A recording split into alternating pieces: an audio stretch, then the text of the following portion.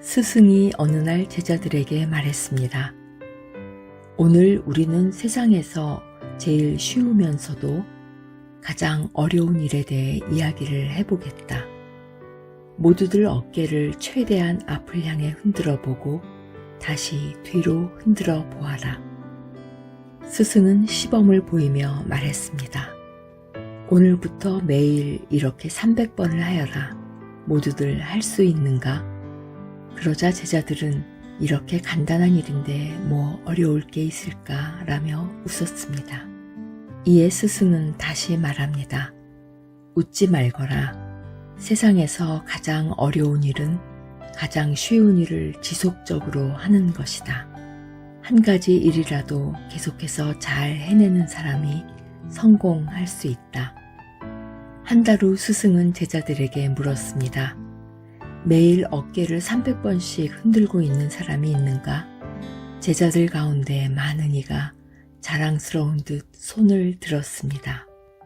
다시 한 달이 지나자 그 숫자는 조금 줄었습니다. 1년이 지나 스승은 제자들에게 다시 묻습니다. 가장 쉬운 어깨 흔들기 운동을 아직도 계속하고 있는 사람은 몇이나 되는가? 이때 한 사람만이 손을 들었습니다. 그는 바로 훗날 그리스의 대철학자가 된 플라톤이었고 그의 스승은 소크라테스였다는 이야기입니다. 무엇인가 이루기 위해서는 노력이 필요합니다. 하루아침에 근육이 만들어지지 않는 것처럼 노력은 쉬지 않는 반복의 연속입니다. 반복은 똑같은 일을 계속해서 하는 것이지요. 꾸준하게 떨어지는 낙숫물이 바위를 뚫게 되는 것처럼 말입니다. 하지만 많은 제자들 중에 단 한 사람, 플라톤이 되는 건 어렵고 불가능한 것 같습니다. 그래서 저에게 반복이란 다시 되돌아가는 것을 의미합니다. 늘 꾸준히 지속하지 못하더라도 멈추었던 그 지점에서 다시 시작할 수는 있습니다. 그러기에 매일 반복한다는 것은 다시 처음 그곳으로 되돌아가는 것이겠지요. 작심 3일이 된 그 3일에서 물거품이 된 그 바다 끝에서 다시 또다시 시작해 보는 것입니다. 가롯 유다 같은 실패한 인생의 길에서 그물을 버려두고 주님을 따랐던 그 바닷가로 다시 발길을 돌려보는 것입니다.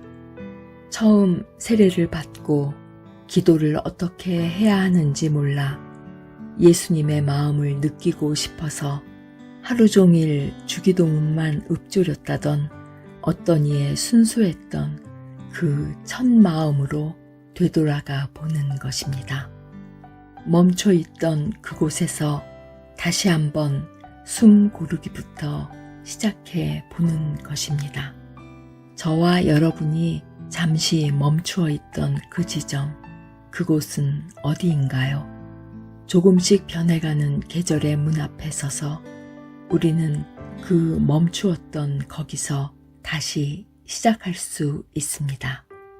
2020년을 시작하면서 크든 작든 소망을 품고 계획을 세웠습니다. 그리고 반년을 넘어 수개월의 시간을 코로나로 인한 혼란 속에서 보내고 있습니다. 일상이 멈추고 관계가 멀어졌으며 원치 않은 선택을 해야 했습니다. 하지만 이제 다시 일어서야 할 때입니다.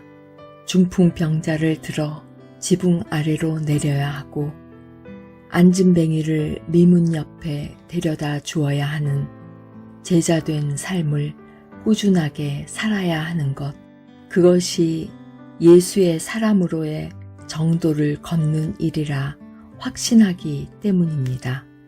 다시 또다시 예배를 회복해야 하고 쉬지 않고 기도의 자리를 지켜야 하는 우리는 주님의 사명자입니다.